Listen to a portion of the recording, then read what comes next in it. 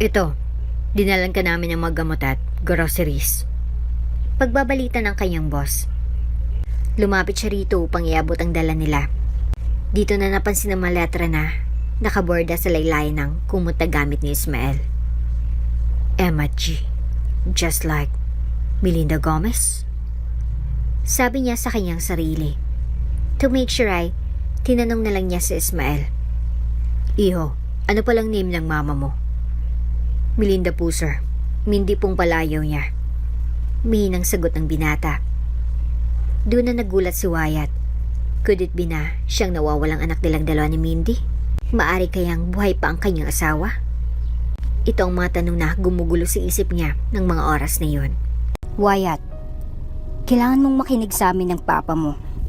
All we ask is for you to marry Mindy. Pamimilit ni Doña Linda. At bakit ko naman siya pakakasalan kung hindi ko siya mahal? Reklamo ni Wyatt sa kanyang mama. Because our family needs to have that merger. Pag-amin ng mama niya, nalulugi ng ating mga negosyo dahil sa kapabayaan ng magaling mong papa. Kapag nangyari yon, we stand to lose everything that we have right now. Dagdag pa nito. Paano ba ito nangyari? Nalulung sa sugal ang papa mo.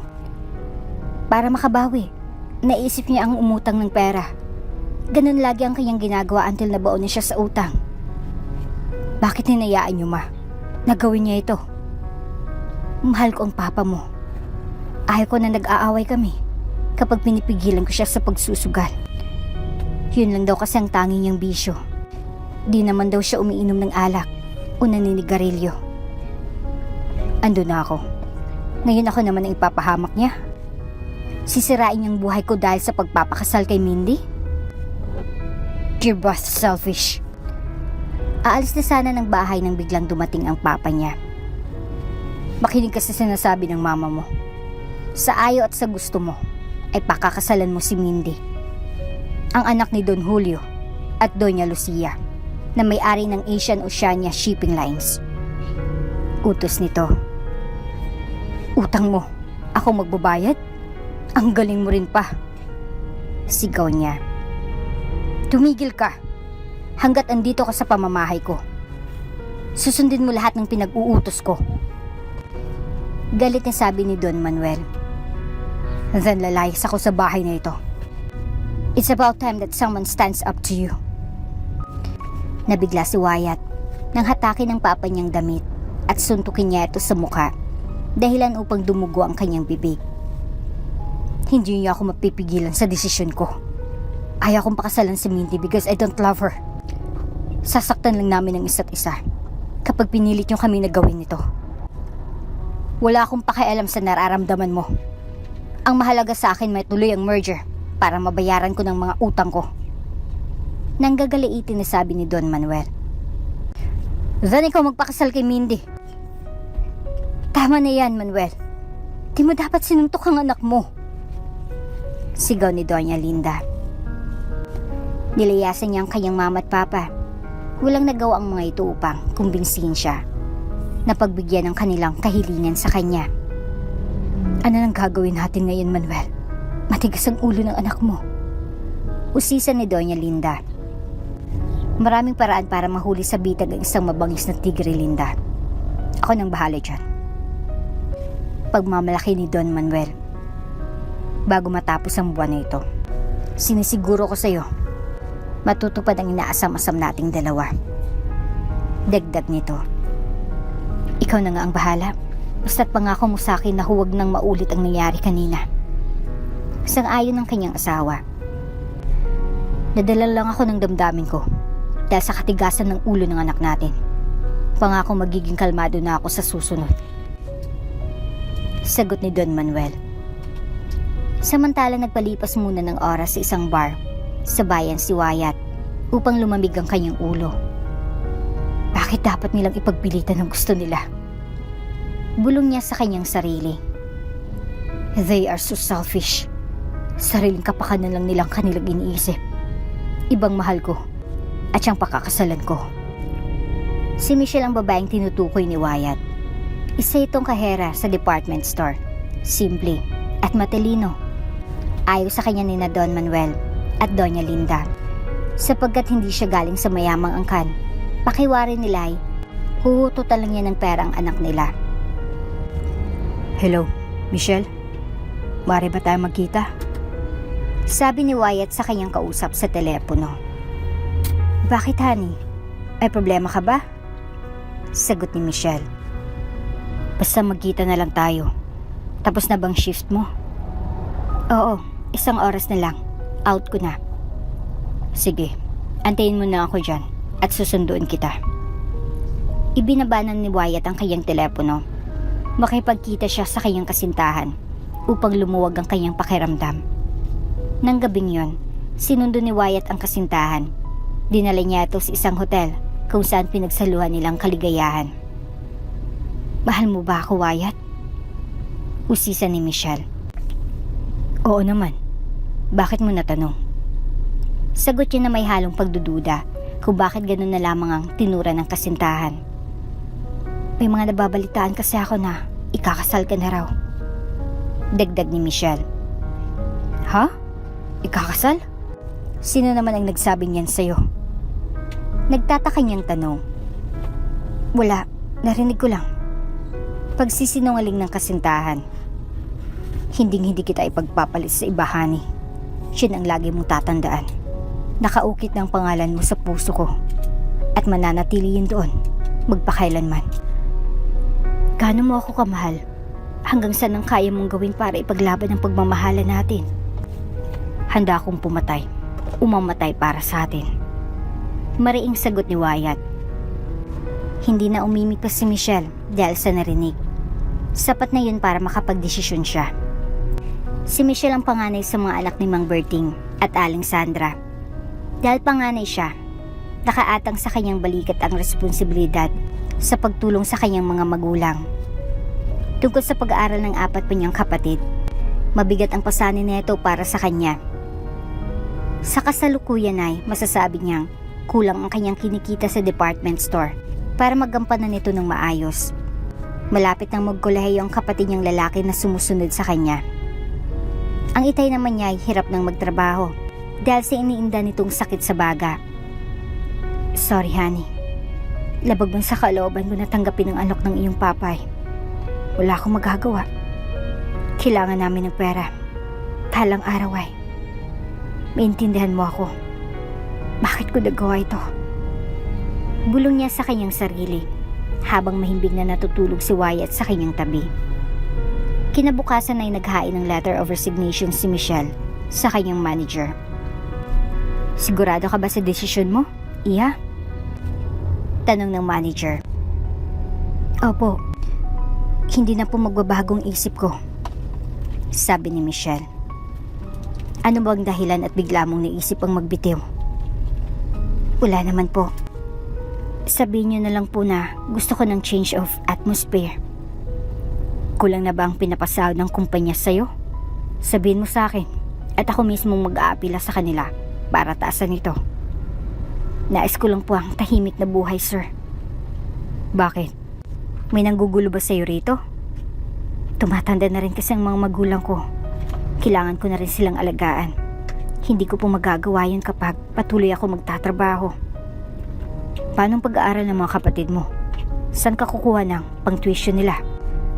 May konti naman akong naipon, sir. Magtatayo na lang po ako ng maliit na tindahan sa amin. Sige. Mukhang di naman kita mapipigilan sa pasya mo. Good luck na lang. Sakaling magbagong isip mo ay, welcome na welcome kang bumalik rito sa department store. Salamat po, sir, sa lahat ng naitulong niyo sa akin. Salamat din at naunawaan yung kalagayan ko. Lumabas na ng opisina si Michelle. Naiiyak ito dahil sa totoo lang ay napamal na sa kanyang pagiging kahera sa department store. Marami na rin kasi siyang naging mga kaibigan rito at malaki na rin ang naiambag nito sa kabuhayan ng kanyang pamilya. Sayang, at pinag-isipan na sana siyang i-promote ng management. Ngunit anong gagawin niya? Kailangan niyang magpakalayo para di siya guluhin ni Wyatt. Ipaubayan na lang niya ang pagmamahal niya rito. Kapalit ang 1 milyong piso na ibinigay sa kanya ni Don Manuel. Sa puntong iyon, mas nanaig ang kanyang pamilya laban kay Wyatt. Good evening, sir. Ako po si Wyatt, boyfriend ni Michelle. Bati nito sa manager. Yes? Anong may paglilingkod ko sa iyo, iho? Sabi ng manager. Tatanong ko lang po sana kung pumasok po si Michelle ngayong araw. Ay, hindi mo ba alam? Ang alin po? Gulat na sagot ni Wyatt. Hindi siya nagtatrabaho rito. Nag-resign na 3 days ago. Pahayag ng manager. Ha? Ano daw pong dahilan na ginawa niyo yon? Pasensya na. Hindi ko alam kasi na wala naman siyang nabanggit. Maliban sa sabi niya ay gusto niya na ng tahimik na buhay. Nahintakutan si Wyatt sa kanyang narinig. Parang may ideya na siya bakit umalis ang nobya niya sa pinagtatrabahuhan niya nang di man lang niya nalalaman. Sige po, sir. Salamat na lang po. Puntahan ko na lang po siya sa bahay nila upang makausap ko. Paalam nito sa dating boss ng nobya. Walang anuman, iho. Agad siyang nagtungo sa bahay ni na Michelle. Nagulat siya sa kanyang nakita. Wala na kasing tao roon. Nagtanong siya sa mga kapitbahay nila. Magandang gabi po. Maaari po ba ako magtanong? Usisa niya sa isang matandang babae na kasalukuyang kumukuha ng kanyang mga sinampay. Ano po yun, Manong? Alam niyo po ba kung saan nagpunta si Michelle at ang pamilya niya? Wala na kasing tao sa bahay nila. Ay, sina Michelle baka mo? Nako, wala na sila dyan. 3 araw na rin ang nakalipas nang umalis sila. Nasabi po ba nila sa inyo kung saan sila pupunta? Nako, ang nabanggit lang ng ina niya ay dun muna daw sila sa probinsya nila. Mahirap daw ang buhay dito. Alam niyo po ba kung saan yun? Sa may Cebu, iho. Doon ang galing ang pamilyang yan. Di ko nga lang alam saan eksakto doon. Salamat po, Manang. Magilo na sabi ni Wyatt. Napatigil siya saglit sa kanyang kinatatayuan. Mukhang malabo na kasi na makita pa niya ang kanyang nobya. Sinubukan nga niya itong tawagan, ngunit hindi naman ito sumasagot. Ano kayang dahilan bakit bigla na lamang umalis si Michelle? Hindi naman kami nag-away. Sa pagkakaalam ko, wala naman akong ginawa na ikakasama ng loob niya. Bulong ni Wyatt sa kanyang sarili. Nagbalik na lamang sa mansyon si Wyatt. Gabi naman na kasi. Bukas na lang niya itutuloy ang paghahanap niya sa kanyang kasintahan. Mabuti naman at naisipan mo pang umuwi. Bulyaw ng papa niya sa kanya. Akala ko ba hindi ka nababalik rito? Dagdag pa nito. Hanggat andito pang mama ko, hindi ko siya iiwan. Pasigaw niyang sagot. Ang kapal naman ng mukha mo. Bakit sa tingin mo ba? Di ko kayang alagaan ng mama mo? Ikaw ang walang kahiyan. Si mama at ang pamilya niya ang may-ari ng mansyong ito. Sampid ka lang naman sa pamilya nila. Abat loko kang bata ka. Masakit mong marinig ang totoo, Papa? Hindi sa iyong kayamanan na meron ka. Si Lola at si Lolang nagbigay niyan sa inyo. Niwala kang ang naiambag, kundi kaguluhan sa pamilyang ito. Sumbat ni Wyatt sa kanyang papa. Dahil sa pagkalulong mo sa sugal. Gusto mo pa ako ang sumalo sa kagaguhan mo. Dagdag pa niya. Wala ka ng respeto. Sigaw ni Don Manuel. Susuntukin na naman sana siya nito nang biglang pumagid na si Doña Linda. Tama na yan. Tumigil na kayong dalawa. Ikaw naman, Manuel. Hindi ba tangako ka na sa akin na hindi mo nasasaktan ng anak natin? Wyatt, anak. Respetuhin mo naman ang papa mo. Ama mo pa rin siya kahit ganun ang ginagawa niya sa ating pamilya. Utang na loob. Patawarin mo na siya. Pagmamakaawa ni Doña Linda. Nanahimik na lamang si Wyatt. Umalis na lamang ito at pumanhik sa kanyang kwarto. Manuel, di mo titigilan ang ating anak ay mas lalo itong magre-rebelde. Sa palagay ko ay sapat na ang ginawa mo na paghiwalayin sila ng nobya niyang si Michelle. Sabi ni Doña Linda sa kanyang asawa. Hayaan mo na maghilo muna ang sugat sa kanyang puso. Pasasaan ba't papahag din yan sa kagustuhan natin. Pagpapatuloy niya. Sa palagay ko ay may punto ka, Linda. Nagmana kasi yan sa akin ng katigasan ng ulo. Naalala ko tuloy nung pilit kang Inilalayo ng ama mo sa akin. Lumaban ako nun, kaya tayo pa rin ang nagkatuluyan. Sagot ni Don Manuel. Sa loob ng kanyang kwarto ay nanatili pa rin palaisipan sa kanyang ginawa ni Michelle. Malakas ang kutob ko na may kinalaman si Papa sa pagkawala niya. Kailangan ko malaman ang buong katotohanan. Bulong niya sa kanyang sarili. Dapat ko siyang mahanap. Mahal na mahal ko siya. At siya lang ang natatanging babaeng gusto kong makasama sa habang buhay. Samantala, sa isang bayo sa lungsod ng Cebu, si Michelle ay nakaupo sa gilid ng kanyang kama. Tama ba itong ginawa ko? Sabi niya sa kanyang sarili. Mahal na mahal ko si Wyatt. Ngunit di ko man lang nagawang ipaglaban ang pagmamahala namin. Naduwag ako. Mas pinili ko ang magpakalayo kaysa harapin ang suliranin na kinakaharap namin. Dagdag pa niya. Subalit mas kailangan ako ng pamilya ko ngayon sa perang ibinigay ni Don Manuel. Ang pagtatapos ko ng pag-aaral ng mga kapatid ko. Makakapagpatayo ako ng bagong bahay at maaari na kami magsimula ulit ng panibagong buhay namin. Bagamat masakit sa kanya ang kanyang ginawa, pinili pa rin ni Michelle ang kapakanan ng kanyang pamilya. Alam niya kasi sa kanyang puso na kung sila talaga ni Wyatt ang itinadhaan ay mangyayari pa rin yun balang araw. Duman ang mga buwan at taon. Hindi na muling nagkita sina Michelle at Wyatt. Natuldukan ng relasyong dapat pinagsaksaluan na nila sa ngayon. Natanggap na ni Wyatt na hindi sila para sa isa't isa. Nagpakasal na ito kay Mindy bilang magsunod sa kagustuhan ng papa nito. Drew, Wyatt Gomez, accept Melinda Reyes as your lawfully wedded wife? Tanong ng pari. I do. Sagot ni Wyatt. Drew, Melinda Reyes, accept Wyatt Gomez as your lawfully wedded husband? I do. Tugon naman ni Melinda. You will now kiss the bride. Naganap na nga ang pag-iisa ng dalawang makapangyarihang pamilya sa shipping industry, ang Reyes at Gomez. Honeymoon ng dalawa. Binigyan sila ng expensive hotel suite. Nais na kasi ni Don Julio na magkaroon ng apo kaya siya na mismong namili ng lugar. Mahal na mahal kita, Wyatt. Handa akong ibigay sa iyo ang buhay ko para lang magkaanak tayo at makabuo ng pamilya. Sabi ni Mindy. Are you kidding me? Naririnig mo bang sarili mo? Galit na sagot ni Wyatt. Hindi mo ba ako kayang mahalin? Ibang mahal ko. Sinira mo ang buhay ko. Nang pumayag ka na, isa katuparan ng kasunduan ng iyong ama at ng papa ko. You don't know what you're saying. Umiiyak niyang sagot. I don't know what I'm saying. Hindi ako tanga. Alam ko na may utang na loob ang papa ko sa ama mo dahil binayaran niyang utang nito sa kasino. Alam niya kasi na gustong gusto ni Don Julio na magkaapo siya sa'yo, na ako ang ama.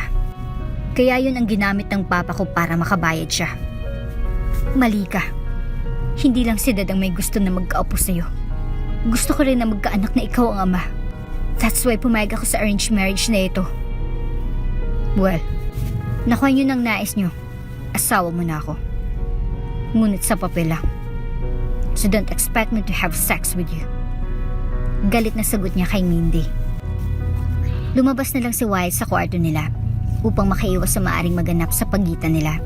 Ngunit sadyang mapaglaro ang tadhana. Mag-alas 11 na noon nang umakyat siya sa hotel suite nila ni Mindy. Lasing na lasing siya at hindi niya na namamalayan ang kanyang ginagawa. Michelle. Bulong ni Wyatt habang marahan niyang hinahalikan si Mindy sa mga labi. Bagamat nasasaktan siya sa naririnig ay nagparaya na lamang si Mindy sa gusto ng kanyang asawa. Yes, honey. Andito lang ako. Gumanti siya ng mapupusok na halik sa labi ni Wyatt. Make love to me, Wyatt. Namiss ko ng mga matatamis mong halik at mahigpit mong yakap. Panunukso ni Mindy. Hinubaran ni Wyatt ang asawa na inakala niyang si Michelle. He made love to her nang nasa isip ay ang dating kasintahan, ang kanyang kasex. Naganap ang didapat ng gabing yon. Salamat, mahal ko. Kahit di mo man ginusto ay nagawa mo pa rin akong paligayahin ngayong gabi.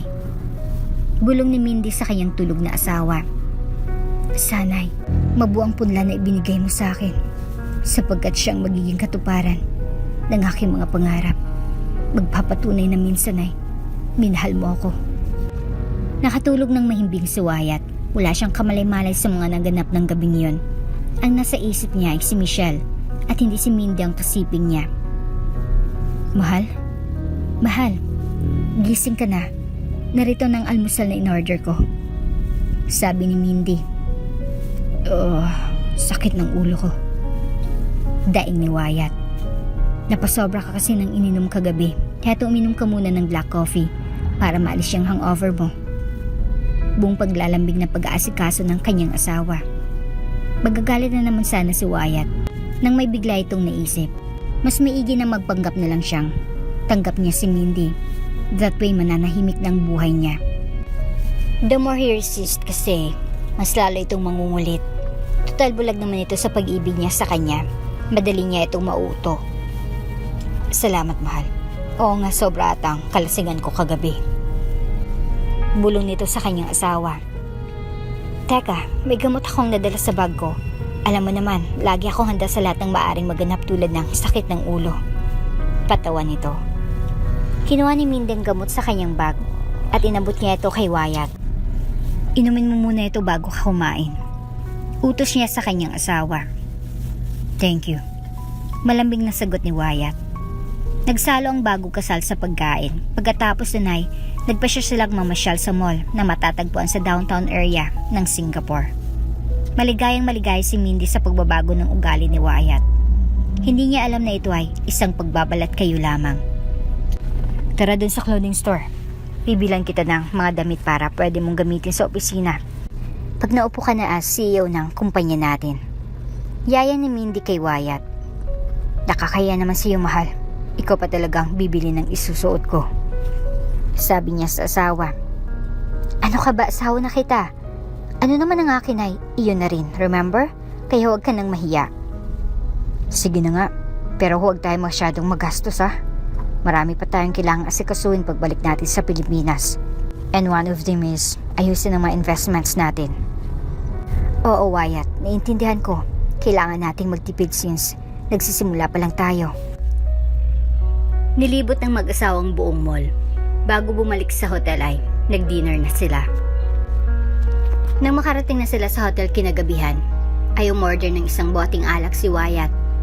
Plano niyang magpakalasing upang magampanan niya nang walang pag-aatubili ang nais ni Mindy. Muling nagtalik ang mag-asawa. Dahil nakainom si Wyatt ay ibang nasa isip niya, nakasex niya sa gabing iyon. Tiisin ko ang lahat ng ito because I love you, Wyatt.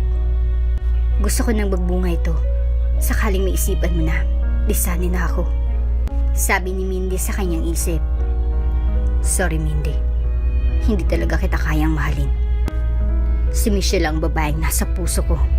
Ngunit bilang asawa mo ay gagampanan ko ang aking responsibilidad. Bulong ni Wyatt sa kanyang sarili. Matapos pagsaluhan ng ligay ng pagsasanib ng kanilang laman ay natulog na ang dalawa na tila walang nangyari. Tanghali nang magising sila kinabukasan. Nagmamadali silang naligo at kumain kasi yun ang araw ng kanilang flight pabalik ng Pilipinas. Mahal, kain na tayo. Anyaya ni Mindy. Sige, mahal. Matipid na sagot ni Wyatt. Mag-shower na tayo agad after eating. Ilang oras na lang ay kailangan na nating mag-check-in sa airport. Dagdag pa ni Mindy. Okay po. Pinuyat mo kasi ako kagabi. Pabirong sabi ni Wyatt para iparamdam niya sa asawa na nasarapan nito sa ginawa nila kagabi. Kahit ito ay isang malaking pagkukunwari. Ramdam naman ni Mindy na ang lahat ng yun ay bahagi lang ng isang panaginip. Ang minimithi lang niya ay sana'y hindi matapos nito at makatotohanan na siyang mahalin ni Wyatt. Makalipas ng ilang oras ng paghahanda ay nakasakay na ng taxi ang dalawa papunta sa airport. Hindi tulad sa Maynila na masyadong matraffic. Sa Singapore ay hindi gaano, kahit nakarating sila on time. Agad silang nagtungo sa luggage section para sa required inspection bago pagsakay sa eroplano. Ilang oras din ang binahin mula Singapore hanggang sa Pilipinas. Mula sa airport ay sinundo sila ng driver ni Don Julio pa uwi sa mansyon. Kumusta? Kumusta ang biyahe niyo mga anak? Usisa ng Don sa mag-asawa. Okay lang naman po, Dad. Masayang sagot ni Mindy. Iho, ikinagagal ako na bahagi ka na rin ng pamilya namin. Sabi ng Don kay Wyatt. Ganda din ako, Dad. Sagot naman ni Wyatt. Mukha yatang pagod kayo sa biyahe. Nagpahanda na ako ng tanghalian kay Kunching. Halina kayo sa pagkainan at nang makakain na tayo. Anyaya ni Don Julio sa dalawa. Habang kumakain ay napag-usapan nila ang tungkol sa kanilang negosyo. Ngayon ang pamilya Reyes at Gomez ay magkasanib sa negosyo. Masaya akong ibahagi sa inyo ang isa sa mga kumpanya ng aming pamilya. Si Wyatt ng CEO ng ating sangay sa Cebu. Doon na rin kayo maninirahan na dalawa. Pagbabalita ni Don Julio. Maraming salamat, Dad. Napakagandang regalo naman ito para sa amin. Sabi ni Mindy. Maliit na bagay lang yan para sa akin. Kahit ano ay gagawin ko para sa aking magiging apo. Pabirong dagdag niya. Meron na ba, Mindy? Usisa pa nito habang nakatitig sa mag-asawa. Ngumiti lamang si Wyatt. Hindi pa po ako sigurado. Sagot naman ni Mindy.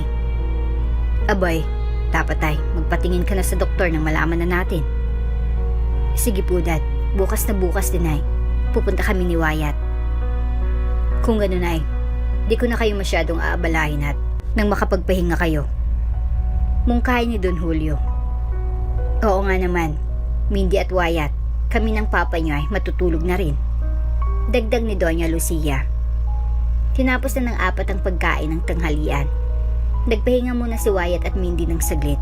Makaraang ilang oras ay nagtungo naman sila sa bahay ni na Don Manuel at Doña Linda upang ipaalam na andito na sila sa Pilipinas. Kinabukasan naman ay sa doktor nagtungo ang dalawa. Congratulations, Mrs. Gomez. Buntis po kayo. Pagbabalita ng doktor.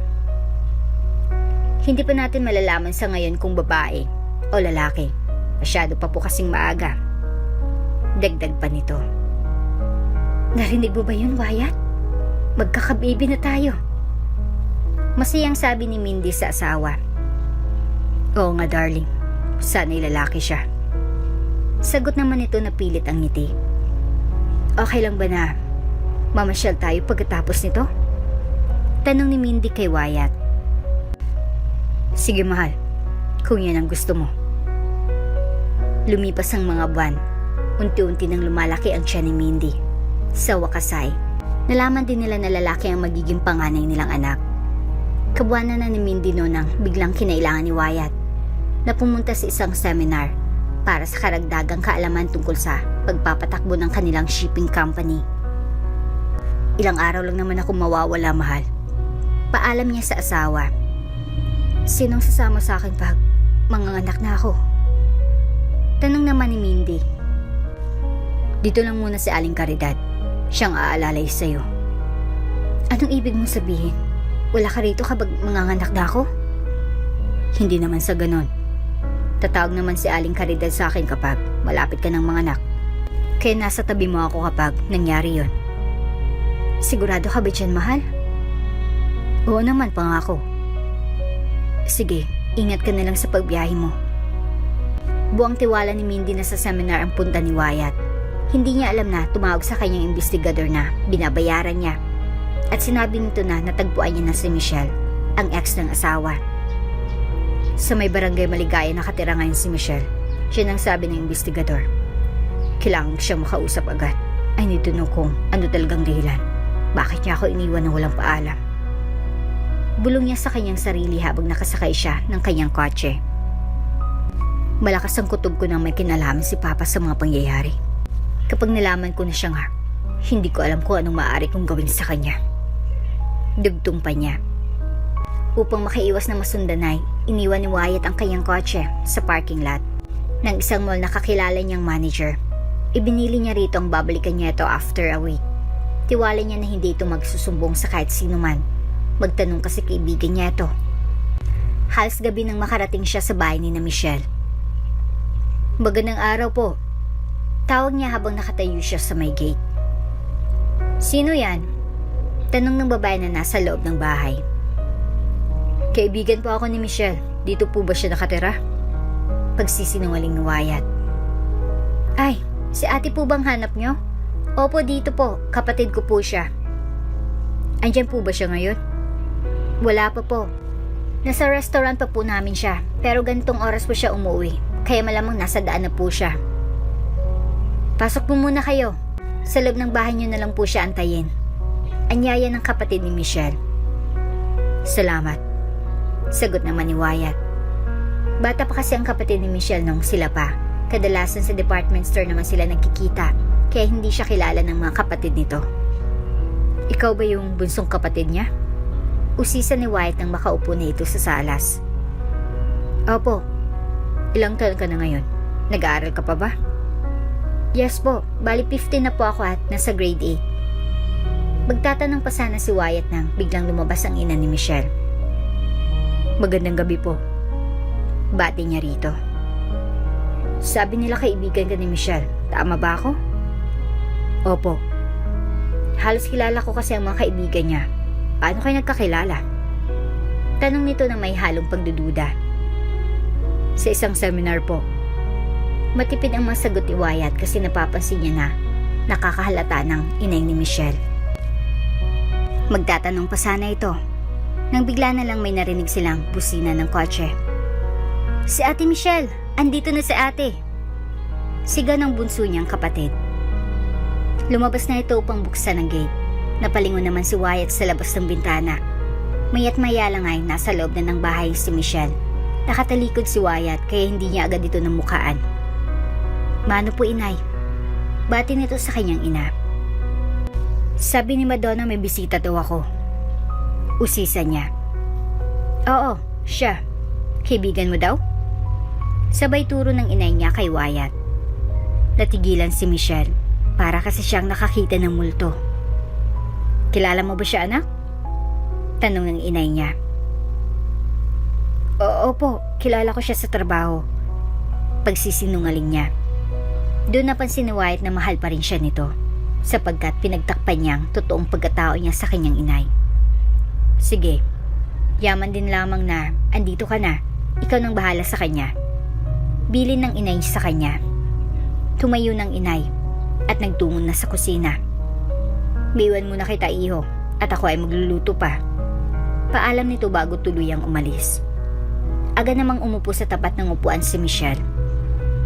Anong ginagawa mo rito? Paano mo ako nahanap? Pabulong nitong sabi kay Wyatt. Kapag nagmahal ang isang tao, lahat ay handa niyang gawin. Sagot nito. Iniwan na kita. Bakit pinapahirapan mo pang sarili mo para hanapin ako? Ikaw lang babaeng mahal ko. Kaya't hindi ako matatahimik hanggat hindi ko nalalaman ng dahilan. Bakit bigla ka nalang umalis? Kapag nasagot ko ba yan ay, lulubayin mo na ako? Oo, pangako. Hindi na ako mangungulit pa. Sige, magkita na lang tayo bukas sa may Cebu Grand Mall. Doon na lang tayo mag-usap. Huwag dito. Okay, aasahan ko na. Pupunta ka. Tumango na lamang si Michelle pagkatapos nun ay sinabihan niya ng inay na aalis na raw si Wyatt. Inay, aalis na raw ang kaibigan ko. Baka daw kasi gabihin siya sa daan. Sabi ni Michelle. Ganun ba? Sige iho, ingat ka na lang dyan. Sagot naman ng inay niya na noon ay nasa kusina. Salamat po. Sagot naman ni Wyatt. Sa isang maliit na hotel siya tumuloy. Mga ordinaryong tao ang nagpupunta roon. Kaya siguradong walang makakakilala sa kanya. Kinaumagahan, tulad ng pangako ni Michelle ay nakipagkita ito sa kanya. Iyaya niya itong kumain sa isang restaurant upang dun sila mag-usap. Ngayon na andito na tayo. Maaari ko na bang malaman bakit bigla ka nalang nawala? Usisa ni Wyatt. Huwag ka sana magagalit sa sasabihin ko. Ginawa ko lang naman kung anong tingin ko ang tama para sa aking pamilya at sa akin. Pagtatapat niya sa dating kasintahan. Ang gusto ko lang naman ay maliwanagan sa lahat na nangyari, Michelle. papa mong dahilan kung bakit kita biglang iniwan. Binigyan niya ako ng 1,000,000 para kalimutan na kita. Ano? Ipinagpalit ba ako sa halagang yun? Pigil ang sagot niya. Paano mo nagawa yan sa akin? Minahal kita higit pa sa buhay ko. Alam mo yan. Dagdag pa niya. Alam ko, Wyatt. Nararamdaman ko yun sa tuwing magsisiping tayo. Pag-amin ni Michelle. Sana'y pinagtapat mo na lang sa akin ang ginawa ng papa ko sa'yo. Di sana'y tayong nagkatuluyan. May asawa ka na ba? Oo, Michelle. Wala na akong nagawa ng pilitin nila akong pakasalan si Mindy. Kasalanan kong lahat ng ito, Wyatt. Patawarin mo ako. Si Papang dapat kong sisihin. Siyang pasimuno ng lahat ng kaguluhang ito. Galit na sabi niya. Huwag mo na siyang pag-aksaya ng panahon. Patawarin mo na lang siya. Siniri niya ang buhay ko, Michelle. Tayo sana magkasama ngayon. Naluluha na wika ni Wyatt. Nilapitan na lamang ni Michelle ang kanyang ex at niyakap ito ng mahigpit. Nang gabing yun ay sumama siya sa tinutuluyang hotel ni Wyatt. Doon nila pinagsaluhan muli ang naudlot nilang pag-ibig. Mahal na mahal pa rin kita, Michelle. Sabi ni Wyatt habang ang katawan nila ay nagsasanib sa kaligayahan. Ganun din ako, Wyatt.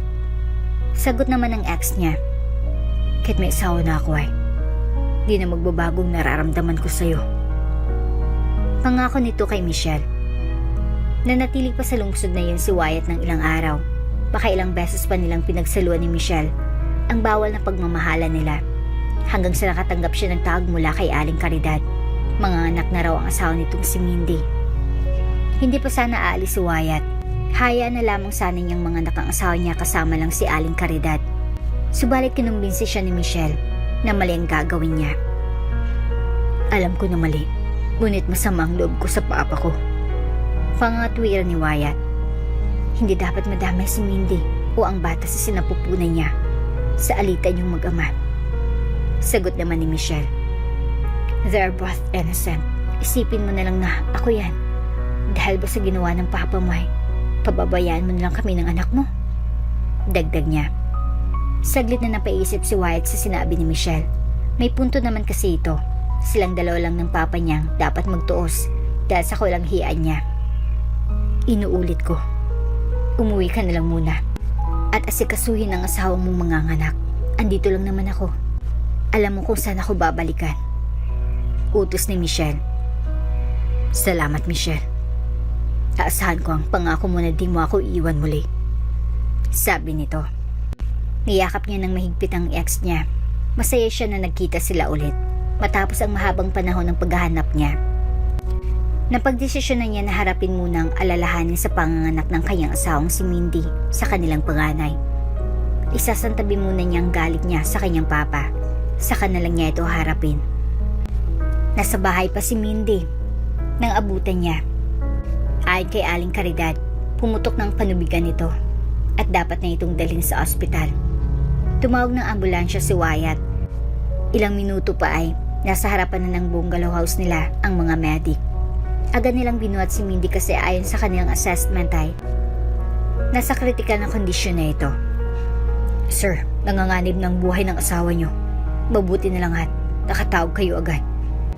Pagbabalita ng head medic. Gawin niyo ang lahat ng makakaya niyo.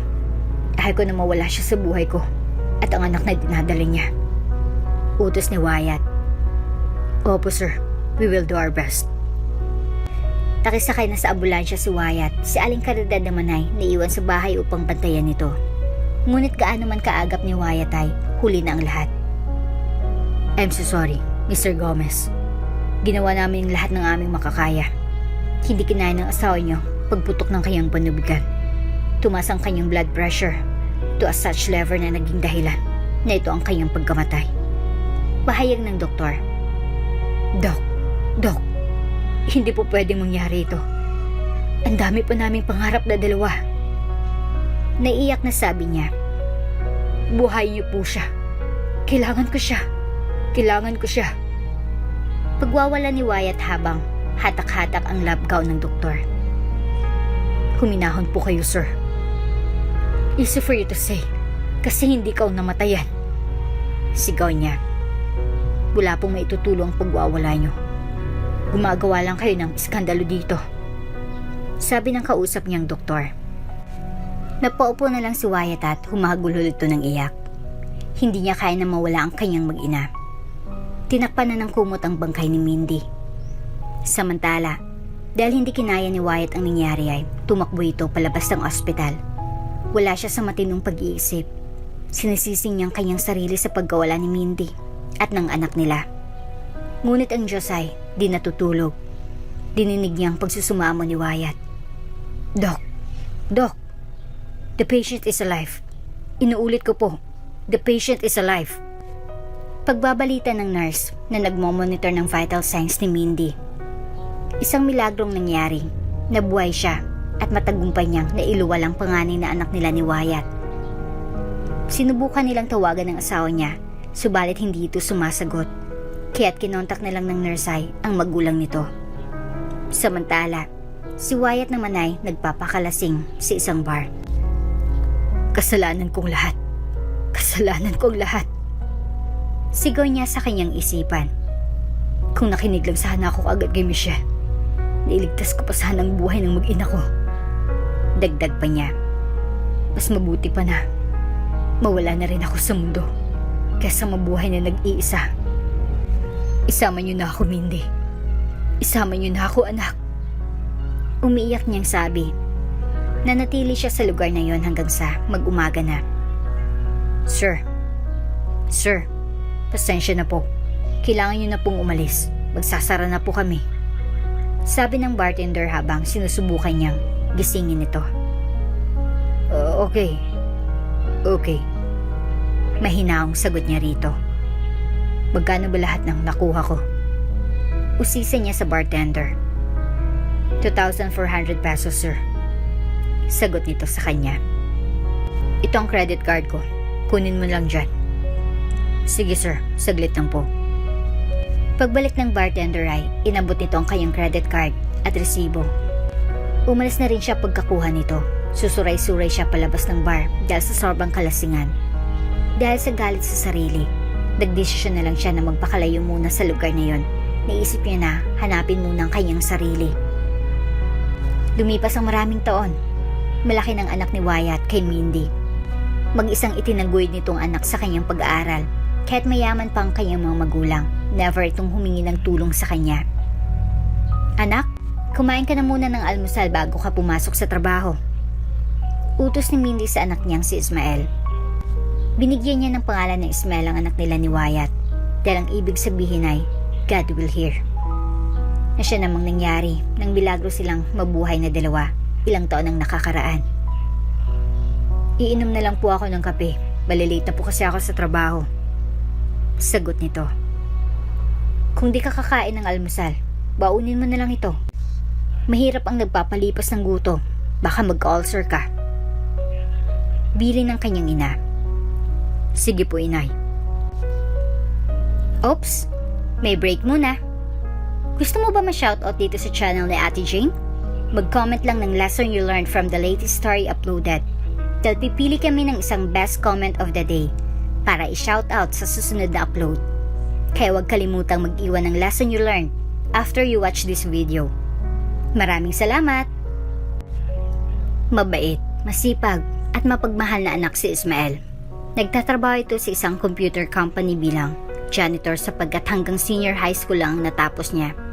Hanggang doon na lang kasi ang kinaya ng inay niya. Magdala ka na rin ng malamig na iinumin. Mainit ang panahon ngayon, uso ang heat stroke. Dagdag pa nito. Pagkatapos siyang maubos ang kanyang kape ay nagpaalam na ito. Alis na po ako, inay. Sige anak, mag-iingat ka na lang dyan. May special event nung araw na yon sa kumpanya. Dahil kakaunti lang silang janitor sa opisina, napagod silang lahat sa paglilinis na inabot hanggang gabi. Ismael, uminom muna tayo ng beer dyan sa tindahan. Yaya ng isa niyang kasamahan. Pas na muna ako pare, naghintay na kasi si inay sa bahay. Sigurado na nag-aalala na yun. Sagot niya. Ikaw naman, paminsan-minsan na nga lang tayo nagkukantuhan. Ayaw ka pa. Panunukso naman ng isa pa sa mga kasama niyang janitor. Sige na nga, Pero isang bote lang ako Baka mabutan kasi ako ng ulan mamaya. Malayo pang biyahe ko. Sang-ayon nito. Ang isang bote ay naging 2, naging 3. Hindi niya namalayan na umuulan na pala ng malakas sa labas. Nako, pare. Kailangan ko na talagang umuwi. Paalam niya sa mga kainuman. Bawi na lang ako sa susunod. Dagdag pa niya. Sige pare, mag-ingat ka na lang dyan. Sabi ng kanyang mga kasama na mukhang napadami na ng inom. Sinong ni Ismael ang malakas na ulan para lang makauwi sa kanyang inay. Nasaan na kayong anak ko? Bakit hanggang ngayon ay wala pa siya? Pag-aalala ni Mindy. Kapag ginagabi naman siya, lagi siyang tumatawag. Dugtong pa nito. Hindi alam ni Mindy na nalowbat ang cellphone ng anak, kaya hindi ito makakontak sa kanya. Maya't maya lang ay natanaw niya ng paparating ang kanyang anak. Ismael, bakit ka nagpaulan anak? Magkakasakit ka niyan, sabi ni Mindy. Naisip ko na po kasi na baka aburido ka na. Kaya't kahit bumubuhos pa ang ulan ay nagmadali na akong sumakay. Sagot ng anak. Magbihis ka na agad ng damit. Ipapainit ko na lang ang nilagang baka niluto ko para may mahigop kang mainit na sabaw. Salamat inay. Maligo ka na rin agad para hindi ka tuluyang magkasakit. Kinabukasan ay bumangon si Ismael na masakit ang katawan. Kumikirot ang kanyang mga buto at kasukasuan. Mataas din ang lagnat niya. Anak, bakit hindi ka pa bumabangon dyan? Malilate ka na sa trabaho mo. Bulong ni Mindy kay Ismael habang niyuyugyug niya ito. Inay, masakit po ang katawan ko. Hindi ko po kayang pumasok. Paglalambing nito sa kanyang inay. Kinapa ni Mindy ang noo ng kanyang anak. May lagnat ka nga. Baka tatrangkasuhin ka, sabi ni Mindy. Ito, gamitin mo muna itong kumot ko para pagbawisan ka. Bibili lang ako saglit ng gamot mo sa may tindahan. Bili nito sa anak. Sige po inay, sagot naman ni Ismael. Ang pagkakasakit niya ay inabot ng ilang araw. Dahilan upang hanapin siya ng kanyang boss na si Sir Wyatt. Napakalapit na kasi nito sa kanya. Bukod kasi sa angkin niyang kasipagan ay kinakitaan siya nito ng kusang loob na matuto sa paggamit ng computer. Marami nga na nagsasabi na maghawig daw sila na parang anak siya nito. Bunsod ng paggagiliw ng boss niya sa kanya ay binibigyan siya nito ng extra allowance each time na may papagawa ito sa kanya. Itinuring niya na parang ama si Sir Wyatt, lingid sa kalaman nilang dalawa. Iisang dugo ang nananalaytay sa kanilang mga ugat. Kumusta lang pakiramdam mo anak? Usisa ng kanyang ina. Medyo okay na po, sagot niya. Iniinom mo bang mga gamot na ibinibigay ko? Oo naman inay, malaki na po ako. Kaya ko na pong sarili ko. Patawa niyang sabi. Ikaw talaga anak, nag-iisa ka lang sa buhay ko. Kahit malaki ka na, baby pa rin ang turing ko sa'yo. Sagot naman ng inay niya. Kailan mo babalak pumasok niyan? Biyernes naman na po ngayon. Sa Lunes na lang po para may sapat akong pahinga at nang lumakas pa po ako lalo. Ikaw ang bahala anak. Iwanan muna kita saglit at ako ay mamamalengke. Ipagluluto kita ng gulay mamaya para makatulong sa pagpapagaling mo. Okay inay. Love na love niya talaga ako. Naglalambing niyang sinabi. Siyempre naman. Sagot ni Mindy na namutawi ng ngiti sa kanyang malabi. Samantala sa opisina ng Cyber Shield, abalang mga empleyado sa paghahanda para sa kanilang outreach program. Ito ang charitable event na ginagawa ng kanilang kumpanya bilang pasasalamat sa may kapal para sa isang taon na ipinagkaloob niya sa kanila upang makapagsilbi sa kanilang mga kliyente. Handa na ba ang lahat para sa outreach program natin sa Barangay Matalino today? Usisa ni Sir Wyatt, na CEO ng Cyber Shield, isang kumpanya na specialized sa computer security. Yes sir, nasa final checking na po ng supplies na dadalhin natin. Sagot ng kanyang sekretary na si Belinda. Great, mga employees na kasama natin, andito na ba sila lahat? Opo, nasa lobby na po sila, naghihintay. Matapos siya matiyak na handa ng lahat, umakyat muna si Wyatt sa kanyang opisina para kunin yung mga pinamili niyang groceries para kay Ismael. Ilang araw na kasi itong absent. Nag-aalala na siya kung ano ng kalagayan nito. Taga Barangay Matalino siya. which means na maaari niya itong daanan mamaya para makumusta niya ito. Tara na guys, let's go. Alis na tayo para maaga ang pagbalik natin dito sa opisina. Utos niya sa kanyang mga empleyado habang naglalakad palapit sa mga ito. Sige po sir, ihanda ko na po ang van, sabi ni Salvador, ang kanilang company driver. Gagamitin ko na lang yung sasakyan ko. Miss Belinda, sumama ka na lang sa akin, dagdag ni Wyatt. Makarang ilang minuto ay umalis ng grupo. Malayo ang daan papuntang Barangay Matalino. Abutin sila ng halos 1 oras bago makarating doon. Belinda, nalaman mo na ba bakit matagal nang hindi pumapasok si Ismael? Tanong niya sa kanyang sekretarya habang abala itong nagmamaneho. Ayon sa mga napagtanungan ko po, may sakit daw po siya, sagot niya. Ano daw ang karamdaman niya? Baka kasi kailangan niya na ng assistance ng kumpanya. Sabi po nila, trangkaso lang naman daw po. Okay, remind mo na lang ako na dadaan tayo sa bahay niya just to check on him. Di ba taga-barangay Matalino siya? Pagkukumpirma ni Wyatt. Yes sir. Do you know where exactly siya nakatira? Opo, minsan na kasing pumunta sa kanila nung birthday niya last year. Okay, that's great then. Natahimik na ang loob ng sasakyan. Naging abala na si Wyatt sa pagmamaneho, habang si Belinda naman ay nakafocus sa kanyang cellphone.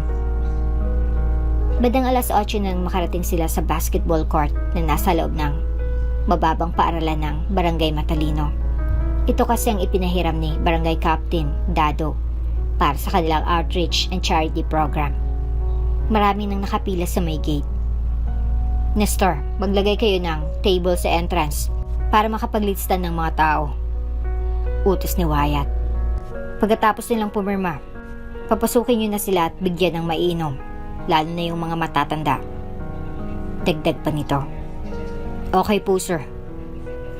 Ma'am, sir, pumila na po tayo sa harap ng resignation area. Ilista na po natin ang ating mga pangalan. Bibigyan po namin kayo ng priority number para sa libreng medical check-up mamaya, sabi ni Nestor. Dagdag sana ng mga tao sa registration area upang di magkaroon ng problema. Pinagbukod nilang linya ng mga senior citizens at ibang mga age group. Huwag po sana tayo magtulakan. Lahat naman po kayo ay mabibigyan namin ng tulong, paalala ni Olivia, ang operations manager ng kumpanya. Maayos namang sumunod ang mga tao, namigay ng groceries, gamot, at mga pinaglumaang damit, ang Cyber Shield Group of Companies. May mga doktor din na naroon upang magbigay lunas sa mga may sakit. Belinda, halika na at samahan mo muna ako sa bahay ni na Ismael. Medyo matagal pa naman bago matapos ang outreach program natin. Hindi ba't sinabi mo malapit lang dito yon? Yaya ni Wyatt.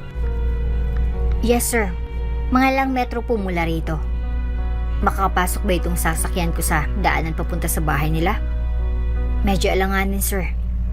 Ang pwede nyo lang pong gawin ay iwanan na lamang ito sa kalye, bagong eskinita, mungkahi ni Belinda sa boss niya. Wala bang malilikot na kamay doon? Baka kasi pakialaman nilang kotse ko, paalala ni Wyatt. Mababait pong mga tao sa lugar nila, hindi lagawi ang mga likot ng mga sasakyan. Halika na kung ganon. Pinaandar na ng CEO ng Cyber Shield ang kanyang kotse. Nagtungo na siya kasama ang kanyang sekretarya sa tahanan ni Ismael, isa sa mga empleyado ng kanyang kumpanya na malapit sa kanya. Sa totoo lang ay maging siya ay nahiwagaan sa pagiging maasikaso niya sa binata. It's as if they have a blood relationship. Marami kasing nagsasabi na kahawig niya ito. Lumiko ka na po sa kantong yan, sir. Kapag narating niyo na po ang Kali 12 ay doon niyo na po iparada malapit sa tindahan, utos ni Belinda. Sinunod naman ni Wyatt ang sinabi ng sekretarya niya. Maya't maya lang ay naglalakad ni sila papasok sa eskinita. Ingat po kayo sir, medyo maputik po ang daan. Umulan po kasi ata kagabi. Salamat. Diyan po ang bahay nila Ismael, sabi ni Belinda habang itinuturo niya ang isang barong-barong na pinagsamang mga lumang yero na pinatungan ng gulong ang bubungan nito. Lumapit ang dalawa. Tao po, Sigaw ng sekretarya. Ismael, si Ma'am Belinda mo ito. Kasama ko si Sir Wyatt. Pagpapakilala niya. Isang mahinang ubong narinig nila bago may nagsalita. Tuloy po kayo, Ma'am at Sir. Pasensya na po at di po ako makatayo na alalahin kayo papasok ng bahay namin. Paghingi ng pasensya ni Ismael. Okay lang yon, Ismael. Maaari na ba kaming pumasok? Sabi ni Wyatt. Sige po. Itulak niyo lamang po yung pinto. Nakabukas naman po yan. Wala po kasi si Mama. Namalengke po siya saglit. Wika ni Ismael. Pumasok na ang dalawa sa loob ng bahay. Napansin nilang ayos nito at napagtanto kung gaano kahirap ang buhay ng pamilya ni Ismael. Nakahiga siya sa salas na may nakabalot na kumot. Nilalamig ka ata? Tanong ni Belinda. Opo ma'am, nilalagnat pa po ako at masakit ng kasukasuan. Ito, dinalan ka namin ng mga gamot at groceries. Pagbabalita ng kanyang boss. Lumapit siya rito upang iabot ang dala nila. Dito na napansin ng mga letra na nakakarba sa laylayan ng kumot na gamit ni Ismael. Emma G. Just like Melinda Gomez? Sabi niya sa kanyang isip. To make sure ay tinanong na lang niya si Ismael. Iho, ano palang name ng mama mo? Melinda po, sir. Mindy po ang palayaw niya. Mahinang sagot ng binata. Doon na nagulat si Wyatt. Could it be na siyang anak nilang dalawa ni Mindy? Maaari kayang buhay pa ang kanyang asawa? Ito ang mga tanong na gumugulo sa isip niya ng mga oras na yon. Nakapagtataka. Sa pagkakaalam ko ay patay na aking mag-ina. Paano nangyari na buhay sila? Tanong nito sa kanyang sarili habang matamang pinagmamasdan si Ismael. Ismael, sabi ng mga kapitbahay may bisita ka raw? Isang pamilyar na boses ang narinig ni Wyatt sa di kalayuan. Opo, inay. Andito po ang boss ko sa opisina kasama ang kanyang sekretarya. Dinalaw po nila ako kasi may charity event po ang kumpanya namin dito sa barangay. Sagot ni Ismael. Naku, nakakahiya naman sa kanila anak. Marumi ang bahay. Hindi pa ako nakakapaglinis. Nang pumasok si Minday, nabigla ito sa nakita. Isang tao mula sa kanyang nakaraan ang kausap ngayon ng kanyang inak. Isang tao na may malaking puwang sa kanyang puso. Ang ama ni Ismael. Good morning po. Bati nito sa mga bisita. Inay, sila po si Sir Wyatt ang boss ko sa cybersecurity. Pagpapakilala ni Ismael sa kanyang CEO. Ikaw? Ikaw ang boss ng anak ko? Gulat nitong sabi. Mindy, buhay ka? Sagot naman ni Wyatt na namamalik mata. Kay tagal ka naming hinintay ng anak mo na bumalik. Ang buong akala namin ay kinalimutan mo na kami. Paano ko magagawa yun?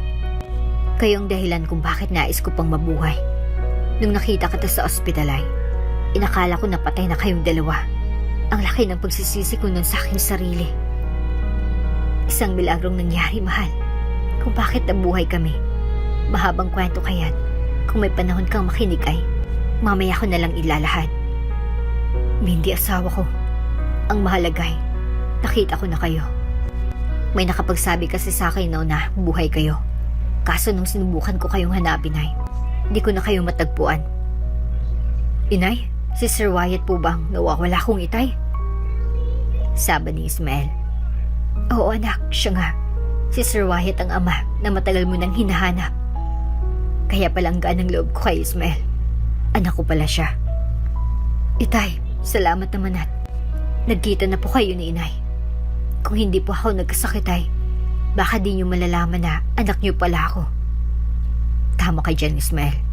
Isa itong paraan ng tadhana upang magkita-kita tayong tatlo na mabuo na muli ang ating pamilya. Sagot ng kanyang ama. Ngayon na nandito na ako, Ismael. Hinding-hindi ko na kayo iwan ng inay mo. Dagdag pa nito. Matagal na nag-uusap ang tatlo. Doon na kumain si Wyatt at ang kanyang sekretarya bago sila bumalik sa mga kasamahan nilang nasa outreach program. Hapon na kasi at malayo pa ang kanilang biyahe. Kaya't nagpaalam na rin si Wyatt maya't maya lang. Magpagaling ka anak. Magkita lang tayo sa opisina sa Lunes. Sige po itay. Nag-aalangan ang sagot ni Ismael sa kanyang boss. Mindy, salamat. Salamat at pinalaki mo ng maayos ang ating anak. Mag-ingat ka na lang sa biyahe. Bili ni Mindy sa kanyang asawa. Alis na po kami, ma'am. Ismael, paalam ng sekretarya ni Wyatt. Magandang pakiramdam ni Wyatt na nilisan ng lugar ni na Mindy at Ismael. Sa wakas ay nawala ng tinik sa kanyang dibdib na matagal niya nang dinadala. Dumating ang araw ng Lunes. Isang pagpapakilala ng isang empleyado ang gumulat sa mga kasamahan nito. Good morning, everyone. I hope that each of you enjoyed our charitable event last Saturday sa Barangay Matalino. Bati ni Wyatt sa kanyang mga empleyado pagkatapos ng kanilang flag ceremony. Something significant happened in my life that same day. After many years of searching ay nakita ko na rin ang aking anak. Dagdag niya. Hindi lingid sa kalaman niyo na years ago, inisip ko na patay na nga siya at ang kanyang ina. Until a friend of mine told me na may nasagap siyang balita na buhay pa nga sila. I searched high and low for them, but to no avail. I even hired the best detectives to do that for me. Yun pala sa opisina lang pala neto ko matatagpuan ang aking anak. Nagulat ang lahat ng mga empleyado sa kanilang narinig. Sino kaya sa kanilang tinutukoy ni Sir Wyatt na anak niya? Ismael, bari ka bang pumunta dito sa harap? Tawag ni Wyatt sa kanyang anak. Ladies and gentlemen, meet my one and only son, Ismael. Pagpapakilala niya sa mga empleyado niya. Si Ismael Reyes ang anak ko na matagal nang nawawala. Now that he is here, I'm assigning him as the Department of Technical Support Group. Marami pa siyang dapat matutunan kaya't hinihingi ko na tulungan niyo siya upang maayos niyang magampanan ang kanyang trabaho. Makakaasa po kayo sa tulong namin, sir. Sigaw ng kanyang matauhan. Welcome po, Sir Ismael. Dagdag pa nila. Salamat po sa mainit na pagtanggap niyo sa akin bilang head ng Technical Support Group. Ipinapangako ko na kung ano man ang ipinapakita kong sipag sa pagtatrabaho bilang janitor ay yun din ang dadaling ko sa bago kong departamento. Pangako nito sa kanyang mga kasamahan. Nagsimula na nga sa kanyang bagong trabaho ang nag-iisang anak ni Wyatt. Sinikap niyang matutunan lahat ng kaalaman. Kasama na sa kanyang pagiging department head ng Technical Support Group. Niregaluhan siya ng ama ng isang bagong kotse. Hindi na kasi ito papayag na mag-commute pa ito papunta ng opisina, pauwi ng kanilang bahay. Inilipat na rin ni Wyatt ang mag-ina sa isang bungalow house sa isang subdivision na matagal niya nang binili noong panahon na hinahanap pa niya ang mga ito. Si Michelle naman ay natuwa sa nabalitaan niya sa wakas ay matatahimik na rin ang buhay niya. Makapagsimula na rin siya muli ng panibagong buhay nang wala si Wyatt. Mabuti na lang at nakumbinsi ko siya na balikan ang kanyang pamilya. Ayaw ko na kasi na maging pasanin ng alalahanin na ako ang pangunahing sanhi kung bakit nasira ito. Bulong ni Michelle sa kanyang sarili. Ang laki ng pasasalamat ko kay Wyatt sa pagmamahal na ibinigay niya sa akin, bagamat ito ay panandalian lamang. She never regretted the day that she met him. It was the day that opened up her eyes na ang mundo ay magandang lugar na tirhan. Marami mang pagsubok ang dumating sa buhay mo. Darating din ang araw na malalagpasan mo ang mga ito. Sir Ismael, ano pong isasagot ko sa email ni Mr. Meneses? Tanong ng sekretarya niya. Sabihin mo na lang sa kanya na malapit nang matapos ang kanilang orders. Sagot niya rito. Sir, how about the technical difficulties reported by Cebu Airlines? Magpadala na kayo ng technical team natin doon to assess the situation. Make sure na maayos nilang problema bago sila bumalik rito. Anak, I think it's already time for lunch. Kumain muna tayo. Yaya ni Wyatt kay Ismael. Sige dad, tapusin ko lang muna ang mga concern sa department ko then we will go po. Sagot niya sa kanyang ama. Great, I will wait for you at the lobby then. Cancel all my meetings for this afternoon. My dad is here at may mga lalakarin pa kami. Bili niya sa kanyang sekretarya. Noted sir. Sabi naman ito. Inukol ni Ismael ang araw na yon sa kanyang ama. Marami silang dapat pag-usapan tulad ng mga plano nito para sa kanya. No worries dad, nakaplano na po ang lahat. This coming weekend ay Ipapakilala ko na sa inyo ang babaeng nagpatibok ng aking puso. Siyang pakakasalan ko at ang magiging ina ng aking mga anak. Natuwa sa Wyatt sa kanyang narinig. Ngayon ay mapapanatag ng kanyang loob na ang Cyber Shield, ang kumpanyang kanyang pinaghirapang itayo ay nasa pamamahala na ni Ismael. At dito na nga po nagtatapos ang ating kwento. Hanggang sa muli. Shoutout nga pala kay Sally Roldan. Ang sabi niya ay, super ganda ng story. Saludo ako kay Doc Mateo. Ginampanan ng katungkulan bilang isang doktor. At marunong tumulong sa mahirap. Sana ganito din ang mga doktor natin dito sa bansa. Na tumulong sa mga mahirap na walang kakayahan sa pera.